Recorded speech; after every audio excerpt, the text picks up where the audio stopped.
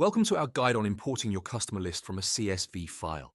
We'll walk you through the process, ensuring a smooth transition of your data into the Tap and Go dashboard for efficient management. To begin, start by navigating to the Customers tab, and once there, click the Choose File button to select your CSV file to input into the Tap and Go dashboard. After selecting your CSV file, click Upload Now to proceed. You'll then need to map the fields from your CSV to the corresponding fields in the Customers tab for accurate data integration. To ensure proper mapping, refer to the example provided. This step is crucial for aligning your data correctly with your CRM fields, avoiding any potential mismatches.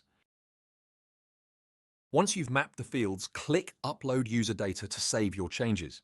Refresh the page to see your updated customer list, confirming the successful import of your data.